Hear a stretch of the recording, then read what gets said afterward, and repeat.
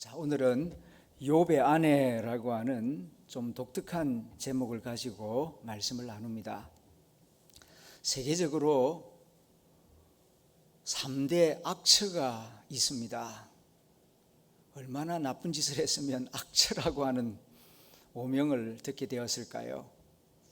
3대 악처라 하면은 소크라테스의 아내, 톨스토이의 아내, 그리고 욥의 아내를 손꼽습니다.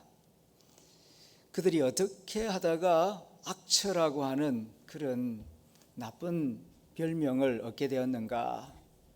그 일화가 있어요. 소크라테스의 아내는 크산드스라고 하는 여인이었는데 남편이 집안일을 거의 돌보지를 않았습니다. 늘 친구들하고 책을 읽고 대화하고 토론하고 길거리에 나가서 젊은이들을 가르치고, 그러니까 아내의 불만이 굉장하죠. 어느 날 아이들을 돌보느라고 정신이 없는데 남편은 본체만 체하고 혼자서 책을 읽고 있습니다. 그러니까 화가 난 그 부인 크산드스가 아이 목욕시킨 물을 그냥 그 머리에다 쏟아 부어버렸습니다. 그러니까 지나가던 사람들이 무슨 그 이유를 모르니까 저런 여자가 있나. 그런데 소크라테스는 번개가 치고 천둥이 울리더니만은 소낙비가 쏟아졌네 그럽니다. 그러니까 그 아테네의 많은 시민들이 그 부인을 못된 전자라고 그렇게 부르기 시작했고, 그래서 악처의 반열에 오르게 되었다는 것입니다. 두 번째는 톨스토이의 부인 소피아입니다. 톨스토이는 러시아의 대문학가 아닙니까? 그런데 나이 50이 되었을 때에 그가 성경을 읽다가 깊이 회심을 합니다. 그동안 내가 너무 이기적으로 살았다. 앞으로는 좀 이타적으로 살아야 되겠다 결심을 합니다. 그래서 그동안 소설을 써서 돈을 엄청나게 벌었는데 그 돈과 조상으로부터 물려받은 땅을 다 정리해 가지고 사회에 환원하려고 그렇게 준비를 합니다. 가난한 어린 아이들을 위하여 학교를 지어서 내 재산을 다 써야 되겠다. 그런데 그 부인 소피아가 못마땅해요. 그래서 부부싸움을 합니다. 된다 안 된다, 된다 안 된다. 그렇게 무려 26년을 부부싸움을 하다가 견디다 못해서 톨스토이가 82세에 가출을 합니다. 근데 82세 노인이 가출을 해가지고 제대로 자기 몸을 가눌 수가 있겠습니까? 몇 달을 견디지 못하고 여행 중에 객사하게 됩니다. 그래서 톨스토이 아내 소피아가 두 번째로 악처의 반열에 오르게 되었습니다. 세 번째는 욥의 아내입니다. 욥의 아내는 어떻게 해서 악처의 반열에 오르게 되었는가? 오늘 우리가 읽은 이 욥기 2장 9절 이 한마디 말 때문입니다. 당신이 그래도 자기의 온전함을 지키느냐? 이 온전함이라고 하는 말은 충성, 의리, 믿음, 그런 의미가 담겨져 있습니다. 그렇게 쫄딱 망하고 엄청난 고생을 하면서도 하나님에 대한 의리를 지키겠느냐? 하나님 욕하고 죽으라. 참 모진 말이지요. 아내라고 하는 사람이 고난받는 남편에게 어떻게 이렇게 심하고 독한 말을 할 수 있단 말인가? 이 한마디 말 때문에 2000년 교회 역사 가운데 욥의 아내는 악처라고 하는 그런 오명을 얻게 되었습니다. 그 대표적인 사람을 말하자면 첫째로 크리소스톰이라고 하는 교부가 있습니다. 4세기에 황금의 입이라고 하는 별명을 얻을 정도로 설교를 아주 잘하는 그런 교회 목회자였습니다. 그런데 그분이 욥기 주석서를 쓰는 가운데 이런 말을 하고 있습니다. 하나님이 욥 주변에 있는 사람을 다 데리고 갔습니다. 10명의 자녀도 데리고 갔고 종들도 데리고 갔고 다 데리고 갔는데 왜 욥의 아내는 안 데리고 갔을까? 거기에 대하여 크리소스톰은 이렇게 주석을 합니다. 안 그래도 괴로운 욥을 더 괴롭게 하려고, 남편 욥을 더 괴롭게 하려고 하나님이 욥의 아내는 그 곁에 남겨두셨다. 아주 좀 못된 주석이죠. 그런데 그 말을 그대로 받아들입니다. 뿐만 아니라 5세기의 신학자 어거스틴은 욥의 아내를 사탄의 협조자라고 말하였습니다. 그도 그럴 것이 사탄이 먼저 하나님께 저 욥을 한번 치십시오. 이 많은 재물을 주고 축복을 주니까 하나님 잘 믿죠. 다 그 빼앗아 가버리면은 욥도 별 볼 일 없을 겁니다. 그렇게 사탄이 하나님을 충동질했거든요. 그런데 이 아내, 욥의 아내가 하는 말이 꼭 사탄하고 비슷한 말입니다. 하나님 욕하고 죽어라. 그랬으니까 욥의 아내는 사탄의 협조자다. 그렇게 설명을 덧붙입니다. 얼마 전에 어떤 유머러스한 목사님은 또 이 욥기 같은 본문을 가지고 설교하는 가운데에 이런 말을 합니다. 왜 욥의 아내는 안 데리고 갔느냐 하면은 하나님이 데리고 가신 것에 대해서는 나중에 2배로 갚아주셔야 됩니다. 그런 부담이 하나님에게 있는데 아내마저 데리고 가버리면은 아내도 2배로 주어야 하는 그런 난처한 일이 생길 수 있기 때문에 아내는 안 데리고 가고 남겨두셨을 것이다. 그렇게 말을 합니다. 하여튼 이렇게 2000년 기독교 역사 가운데 욥의 아내를 두고 많은 이야기들이 오갔습니다. 특별히 화가들이 욥의 아내를 주제로 해서 그림을 많이 그렸어요. 유럽의 기독교 역사는 1000년이 넘거든요. 1000년 동안 욥의 아내의 모습을 상상해서 그린 그림이 수백 점 있는데 그 그림의 거의 대부분은 욥의 아내를 아주 못된 여자로 묘사하고 있습니다. 그런데 과연 그럴까요? 과연 욥의 아내는 그렇게 못되고 악한 여자였을까요? 욥의 아내에 관한 이야기는 성경 전체에 이 욥기 2장 9절 딱 한 군데 나옵니다. 이 한마디 말 때문에 욥의 아내가 악처라고 하는 그런 오명을 받게 되었는데 다시 생각해 볼 필요가 있습니다. 사람의 말, 사람의 어떤 글이라고 하는 것은 언제든지 상황이나 문맥 속에서 이해되어야 할 것입니다. 그 말 한마디만 딱 떼내가지고 선하다, 악하다 그렇게 판단하기는 어렵습니다. 욥의 부인과 욥이 처한 상황에 대해서는 성경에 자세히 나와 있습니다. 수천 수백의 가축들이 하루아침에 사라졌습니다. 엄청난 재산을 가졌는데 그 엄청난 재산을 하루아침에 잃어버렸다고요. 그런 일 당해보신 적이 있습니까?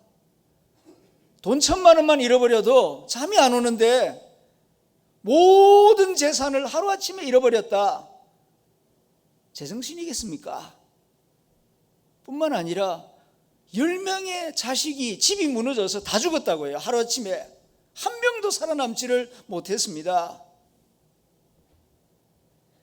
보통 사람이라면 이 정도 되면은 아무리 신앙이 훌륭하다 할지라도 정신 차리기가 힘들 것입니다. 그런데 여기서 한 걸음 더 나아갑니다. 욥은 그 발바닥에서 머리끝까지 종기가 나가지고 얼마나 가렵고 아픈지 질그릇을 깨서 긁어야만 될 정도로 고통스러웠습니다. 그런데 말입니다. 욥만 고통스러웠던 게 아닙니다. 욥 못지않게 욥의 아내도 고통스러웠을 것입니다. 욥의 아내가 얼마나 힘들고 아팠는지 성경에는 안 나옵니다. 그러나 나이 60이 될 때까지 같이 살아온 부부가 재산을 다 잃어버리고 10명의 자식이 죽었는데 아파하지 않을 부인이 누가 있겠습니까? 어쩌면은 욥의 아내가 더 힘들었을 것입니다. 특별히 본인이 배 아파서 한 명 한 명 10달씩 뱃속에 넣어서 출산했던 그 10명의 아이가 다 죽었다는 소식을 들었을 때 남편 못지않게 욥의 아내는 더 힘들었을 것입니다. 우리가 읽은 이 한글 개역 개정판 성경 욥기 2장 9절은 그대로 문자대로 읽으면은 상당히 불신앙적인 뉘앙스를 풍깁니다. 그래도 온전함을 지키겠느냐, 하나님을 욕하고 죽어라, 딱 그 한마디만 있으니까 이 여자는 별로 믿음이 없는가 보다, 참 독하고 악한 여자인가 보다, 그런 오해를 줍니다마는, 그러나 70인역이라고 하는 구약 성경을 보면은 그렇게 되어 있지를 않아요. 70인역 구약 성경이 뭐냐 하면은 예수님 오시기 전에 200년 전 이 구약 성경이 히브리어로 되어 있으니까 당시 로마 제국의 지성인들이 이 성경을 읽을 수가 없어요. 그래서 헬라어로 성경을, 구약 성경을 번역한 구약 성경을 70인역이라고 합니다. 70명의 랍비가 번역한 구약 성경이라는 뜻입니다. 예수님은 히브리어 구약 성경을 읽지 않고 이 헬라어 구약 성경을 읽었을 것으로 많은 성경학자들이 추측을 합니다. 이 70인역 구약 성경 욥기 2장 9절을 보게 되면은 이렇게 짧게 되어 있지 않고 아주 길게 번역되어 있습니다. 제가 읽어볼 테니까 한번 들어보시길 바랍니다. 욥의 아내가 남편에게 하는 말입니다. 당신이 이런 처지에서 구원받을 날이 올 것이라는 희망을 당신은 아직도 가지고 계신 거요? 여보, 날 좀 보세요. 이제 이 세상에서 당신을 기억해 줄 사람은 하나도 없어요. 당신에게는 당신을 기억해 줄 자식도 하나도 없어요. 내가 해산의 고통을 겪고 낳은 자식들, 내가 온갖 고생 다 해가면서 키운 자식들 다 잃어버렸어요. 당신은 바깥에서 이렇게 거름더미 위에서 밤을 지새우고 있고, 나는 이곳저곳 이 집 저 집 돌아다니면서 종살이나 하고 있고, 이 지긋지긋한 고된 일에서 잠시나마 벗어나 보려는 생각에서 하루 종일 해지기만 기다리는 신세가 되어버렸어요. 제발 주님께 뭐라고 말 좀 하고 나서 나가 죽어버리시오.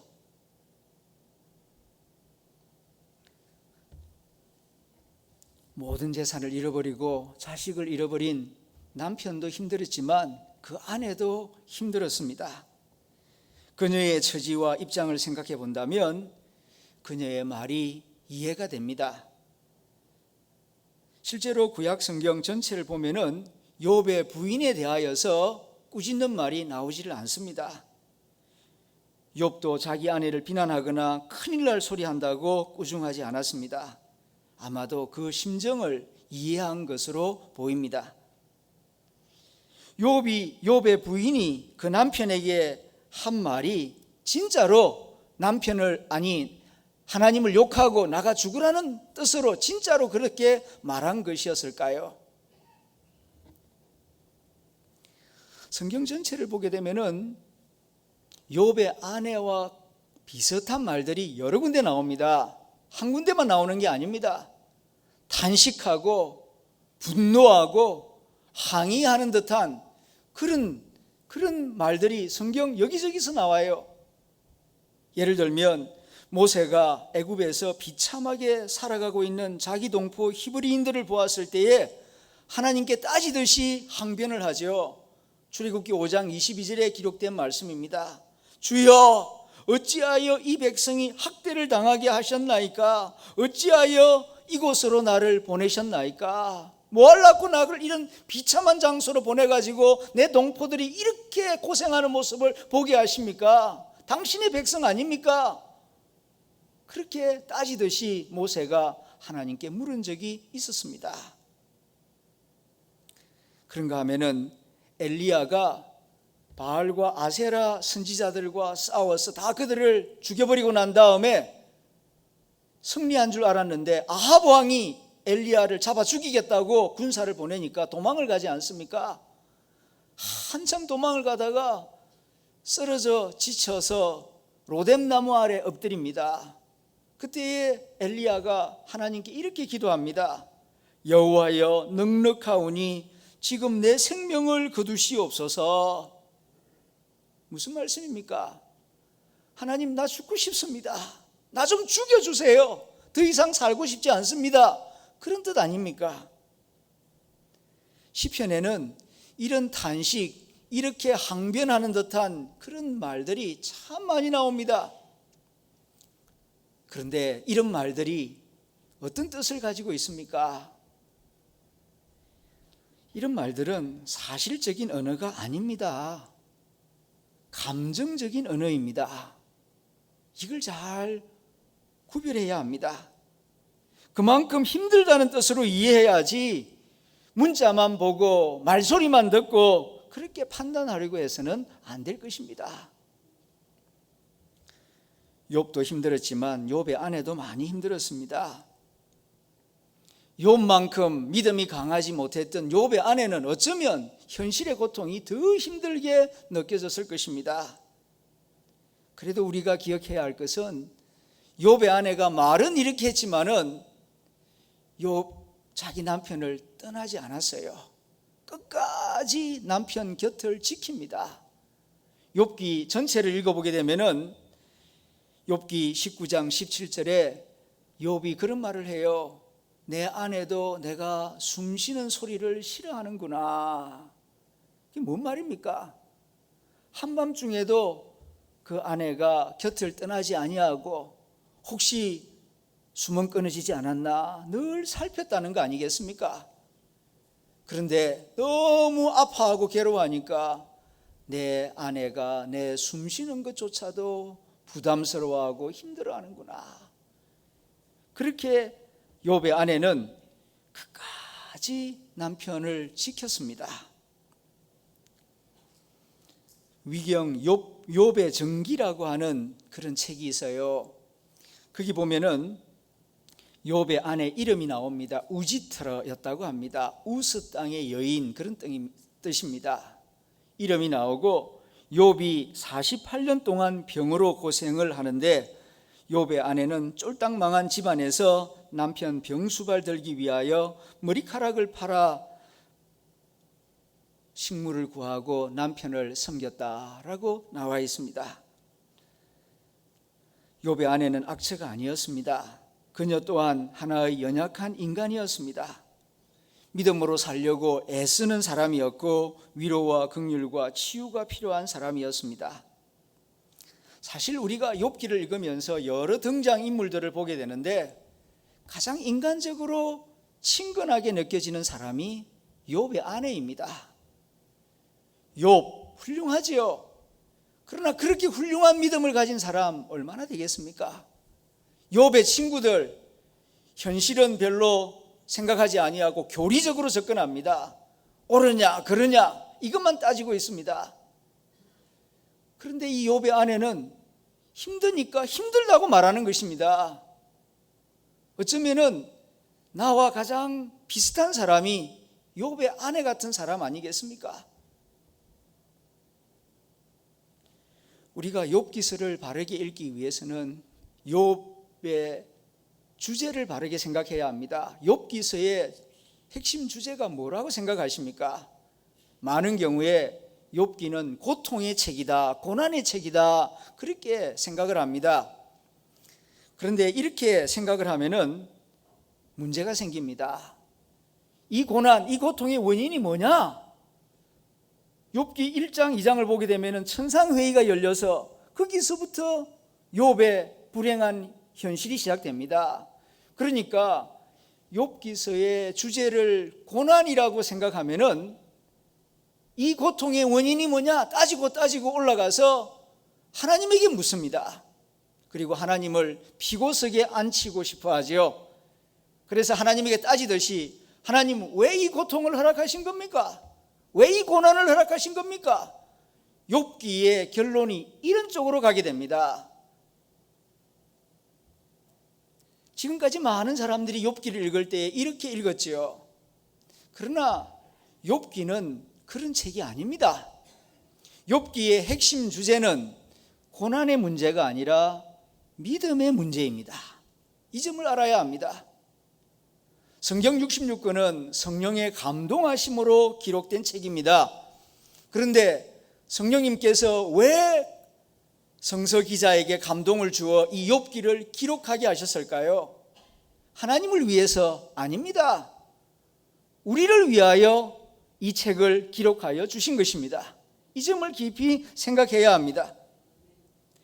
욥기는 하나님을 위한 말씀이 아니고 우리 인간을 위한 말씀입니다. 축복과 말씀 앞에서만 믿음을 생각할 것이 아니라 불합리한 고난과 침묵 앞에서도 너의 믿음을 생각해 보라. 이것을 깨달아 알게 하기 위하여서 우리에게 이 욥기서를 기록하여 주신 것입니다. 믿음의 문제는 하나님의 문제가 아니고 우리 인간의 문제입니다.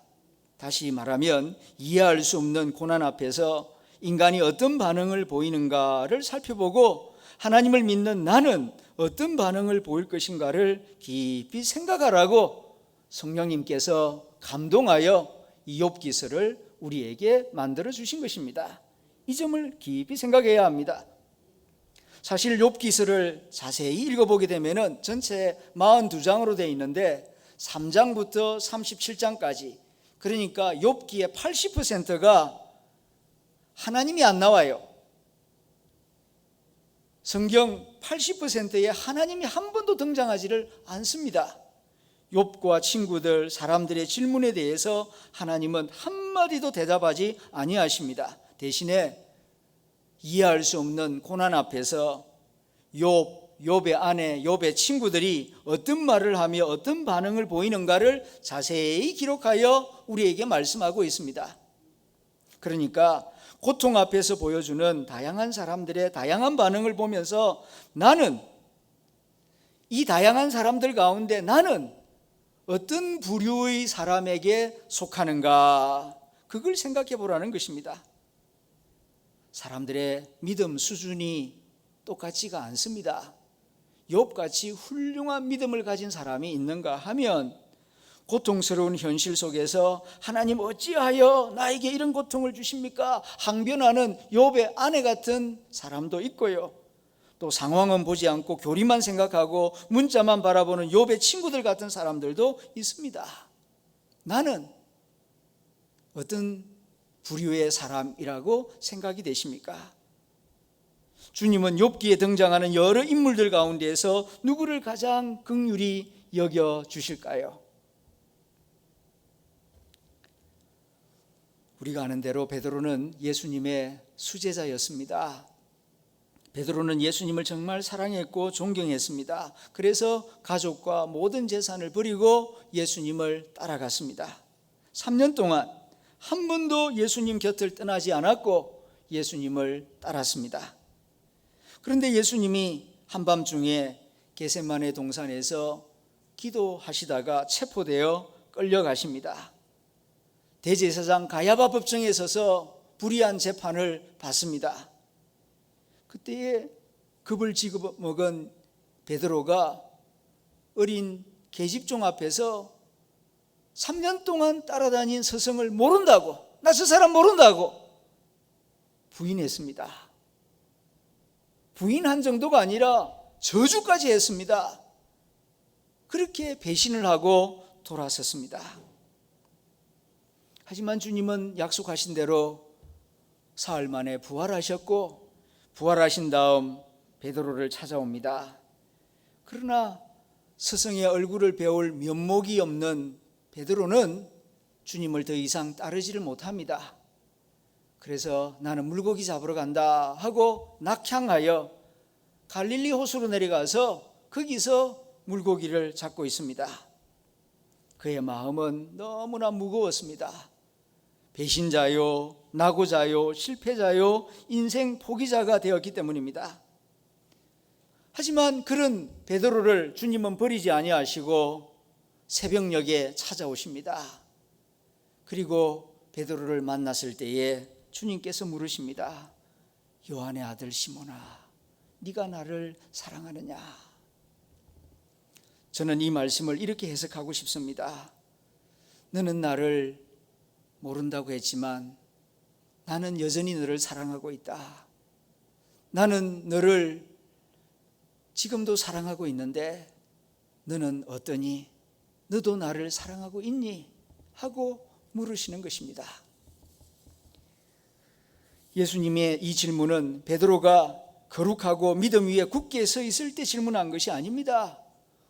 흔들리고 있을 때, 자기 자신을 부끄러워하고 낙심하고 있을 때에 찾아오셔서 물어보신 말씀입니다. 너는 나를 욕하고 나를 저주해도 그래도 나는 너를 사랑하는데 나를 향한 너의 마음은 어떠니? 넌 나를 사랑하니? 하고 물으시는 것입니다. 하나님은 욥의 아내에게도 찾아가셔서 같은 질문을 하셨으리라고 생각합니다. 하나님은 그녀가 남편에게 욕하고 죽으라는 말 한마디 했다고 너는 세계 3대 악처 중에 하나다, 그렇게 낙인을 찍고 외면하지 않으셨으리라고 생각합니다. 사실 기도하면서 욥기를 읽어보면 욥이 바로 나 자신이 아닌가, 그런 생각을 하게 됩니다. 짧은 고통, 작은 고통은 그런 대로 잘 견뎌내지만 긴 고통, 큰 고통 앞에서는 갈등하고 흔들리고 불안해하고 불평하고 탄식하고 때로는 어리석은 말을 함부로 하고 그리고 돌아서서는 부끄러워하고 후회하는 사람이 욥의 아내이며 나 자신이기 때문입니다. 많은 경우 우리는 욥처럼 살지 못합니다. 그 많은 재산을 하루아침에 잃어버리고 10명의 자식을 다 잃어버리고 온몸에 종기가 나서 괴로워 죽겠는데도 불구하고 주신 이도 하나님이시요 가져가신 이도 하나님이시니 하나님이 영광을 받으실 것입니다. 솔직히 그렇게 잘 못합니다. 대신에 욥의 아내처럼 고통을 당할 때 하나님 도대체 왜 이러시는 겁니까? 내가 뭘 잘못했습니까?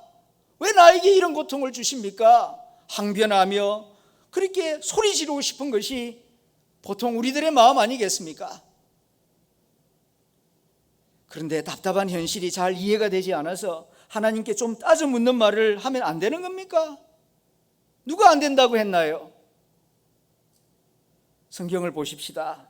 하나님이 뭐라고 하셨는지 이사야 1장 18절에 있는 말씀입니다.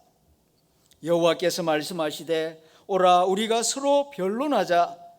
너희 죄가 주홍 같을지라도 눈과 같이 희어질 것이요 진홍같이 붉을지라도 양털같이 희게 되리라. 하나님이 변론하자 그랬어요. 가만히 있지 말고 와라. 나한테 와라. 나한테 한번 따져 물어봐라. 변론해봐라 그랬어요. 변론하자. 영어 성경을 보면 디베이트라고 되어 있습니다. 디베이트란 말은 논쟁이라는 뜻이 있습니다. 흔히 우리 생각으로는 피조물인 우리 인간이 어떻게 창조주 하나님하고 논쟁을 한단 말인가, 감히 그런 생각을 합니다. 아닙니다. 하나님과 논쟁하는 것, 하나님이 나쁘다 하지 않습니다. 대신 모르면서도 아는 체 하는 것, 그게 나쁜 거죠. 이해하지 못하면서도 다 이해하는 척 하는 그게 나쁜 거죠. 회피하는 게 나쁜 거죠. 우리 자신의 생각과 감정을 솔직하게 정직하게 표현하고 대답을 구하는 것, 도움과 자비를 구하는 것, 응답을 구하는 것, 하나님이 결코 나쁘게 생각하지 않습니다. 그러므로 걱정하지 마세요. 우리 하나님은 우리가 위에드리지 아니하고 우리가 세워드리지 아니하면 쉽게 넘어지는 그런 연약한 하나님이 아니시기 때문입니다. 하나님 걱정하지 마세요. 대신 내가 하나님 앞에 솔직해지라고 하나님이 말씀하시는 것입니다. 내 걱정하지 말고 네 걱정해라. 왜 스스로 속이느냐? 내 앞에서 솔직하고 정직해라. 힘들면 힘들다고 그래라. 외로우면 외롭다 그래라. 모르면 모른다 그래라. 두려우면 두렵다 그래라. 그런데 두려우면서도 안 그런 척하고 연약하여 흔들리고 있으면서도 센 척하고, 그게 하나님 못마땅하게 여기시는 겁니다. 하나님은 우리의 모든 것을 알고 계십니다. 하나님 앞에 숨길 것 없습니다. 우리 주님은 제일 싫어하는 것이 끈질기게 질문하는 게 아닙니다. 미지근한 태도를 제일 싫어하십니다. 그래서 우리 주 예수님께서 요한계시록 3장 16절에서 차지도 아니하고 뜨겁지도 아니하면 내가 토하여 버리리라, 그렇게 말씀하셨습니다. 미지근한 거 제일 싫어해요. 차라리 차갑든지 차라리 뜨겁든지 태도를 분명하고 정직하라고 말씀하십니다. 그런 거로 아플 때는 아프다고 하십시오. 이해가 안 될 때는 이해가 안 된다고 말하십시오. 두려울 때는 두렵다고 고백하십시오. 이사야는 말합니다. 하나님은 공고한 자를 돌보시고 고통하는 자의 신음을 결코 외면하지 않는 하나님이시라고, 상한 갈 때도 끄지 아니하시고 꺼져가는 등불도 끄지 아니하시는 긍휼과 자비가 무한하신 하나님이시라고, 그 하나님을 믿고 너의 마음을 토하라고 이사야가 우리에게 말씀하고 있습니다. 하나님은 욥과 같이 신앙의 수준이 높은 사람만 사랑하는 하나님이 아닙니다. 욥의 아내와 같이 갈등하고 흔들리고 반항하는 듯한 사람들도 사랑하시는 자비의 하나님이십니다. 우리 주 예수님께서 말씀하셨습니다. 내가 의인을 부르러 온 것이 아니다. 연약하고 애통해하는 가난한 죄인들을 불러 회개시키고 구원하고 자비와 긍휼을 베풀기 위하여 내가 왔다, 그렇게 말씀하셨어요. 우리가 사람의 외모만 보고 쉽게 판단할 때가 참 많았습니다. 그러나 그 깊은 곳은 하나님만이 아십니다. 우리가 해야 할 일은 충조 평판하는 일 아닙니다. 충고하고 조언하고 평가하고 판단하는 일 너무 쉽게 합니다. 특별히 어려움을 당한 사람, 고난당한 사람, 아파하는 사람, 재난당한 사람 앞에서 너무 말을 쉽게 해요. 조심해야 합니다. 욥기는 고난당한 자 앞에서 말 너무 쉽게 하지 마라, 그것을 시종일관 우리에게 가르쳐 줍니다. 네가 다 안다고 그렇게 생각하지 마라. 이렇게 해서 고난당한 거 아니냐, 그렇게 말하지 말라는 겁니다. 우리가 모르는 고난도 많이 있습니다. 판단은 하나님께 맡기고 내가 해야 할 일은 자비의 마음, 긍휼의 마음을 가지고 도와주고 긍휼히 여기고 손을 붙잡아주는 일입니다. 사도 바울이 로마서 12장에서 우리에게 권면합니다. 너희는 즐거워하는 자들과 함께 즐거워하고 우는 자들과 함께 울라. 서로 마음을 같이하여 공감하여 높은 데 마음을 두지 말고 도리어 낮은 데 처하며 스스로 지혜 있는 채 하지 말라.